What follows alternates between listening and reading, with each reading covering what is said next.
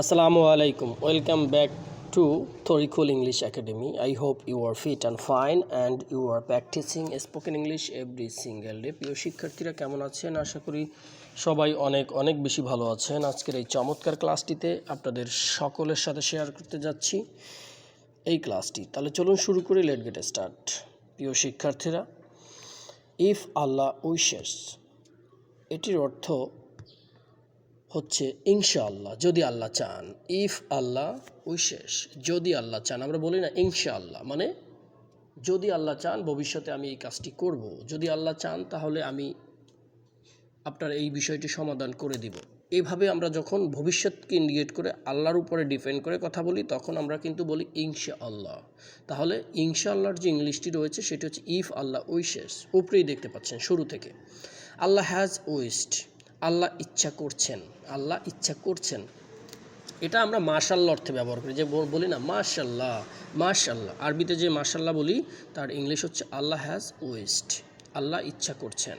ঠিক আছে, তারপরে রয়েছে may Allah protect you, may Allah protect you, অর্থাৎ আমরা বলি না আরবিতে ফি আমানিল্লাহ, ফি আমানিল্লাহ। ঠিক আছে, এখানে আপনি এটি ব্যবহার করবেন, মে আল্লাহ প্রটেক্ট ইউ, আল্লাহ তোমাকে রক্ষা করুন। আল্লাহ উইশেস, আল্লাহ ইচ্ছা করেন, আল্লাহ উইশেস, আল্লাহ ইচ্ছা করেন। এখানে যদি আপনি একটু ছোট্ট করে দেন ইফ আল্লাহ উইশেস, যদি আল্লাহ চান, মানে হচ্ছে ওই যে আমি এবার বলছি ফি আমানিল্লাহ, ওই মাশাআল্লাহ অর্থে এটা আল্লাহ উইশেস। তারপর আমরা বলি না ইল্লা নিল্লাহি, ইন্না লিল্লাহি ওয়া ইন্না ইলাইহি রাজিউন, সেটি আমরা বলতে পারি we Allah, only for Allah, we are only for Allah, আমরা কেবল আল্লাহর জন্য। যদি কেউ মারা যায়, মৃত্যু ব্যক্তি যখন মারা যায় তখন আমরা শোনার সাথে সাথে বলি ইল্লা নিল্লাহি ওয়া ইন্না ইলাইহি রাজিউন। আপনি ইংলিশে এটা বলবেন we are only for Allah, আমরা কেবল আল্লাহরই জন্য। আমরা যেহেতু আল্লাহর জন্য, আল্লাহর সিদ্ধান্তই সঠিক, আমরা এই অর্থে এটা ব্যবহার করতে পারি। তারপর নিচে আমি কিছু ছোট বাক্য তৈরি করেছি, সেটি দেখেন। ইফ আল্লাহ উইশেস, আল্লাহ যদি চান, I will come tomorrow, I will come tomorrow, আগামীকাল আসবো। আল্লাহ যদি চান আগামীকাল আসবো।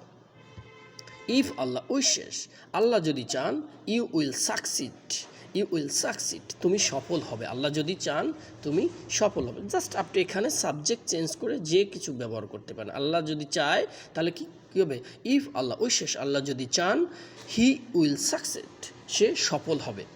বা আল্লাহ যদি চান, আই উইল সাকসিড, আমি সফল হব। Just you have to change subject, but আপনি শুধু সাবজেক্ট চেঞ্জ করে এই বাক্যগুলো ইনশাআল্লাহ তৈরি করতে পারবেন খুবই চমৎকারভাবে। If Allah wishes you will do well, Allah যদি চান তুমি ভালো করবে।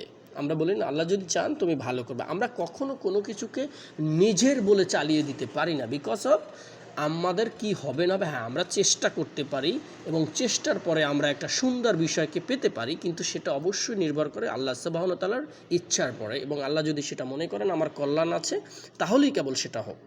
এভাবে আমরা বলি if Allah wishes I will succeed, Allah যদি চান আমি সফল হব। প্রিয় শিক্ষার্থীরা, এই ক্লাসটি আপনাদের কেমন লাগলো সেটি কমেন্ট করে জানাতে পারেন। অবশ্যই লাইক কমেন্ট শেয়ার করে আপনার টাইম লাইনে এটা রেখে দিতে পারেন এবং বন্ধুবান্ধবের মাঝে ছড়িয়ে দিতে পারেন। তরিকুল ইংলিশ একাডেমির এই যাত্রা চলমান রয়েছে। আপনারা যদি চান তাহলে নিচের এই নাম্বারে যোগাযোগ করে আমাদের এই ক্লাসটি করতে পারেন, অথবা আমাদের সাথে যোগাযোগ করে আমাদের বইও সংগ্রহ করতে পারেন। ইনশাআল্লাহ আপনাদের যে কোনো ভালো মন্দ প্রশ্নের জন্য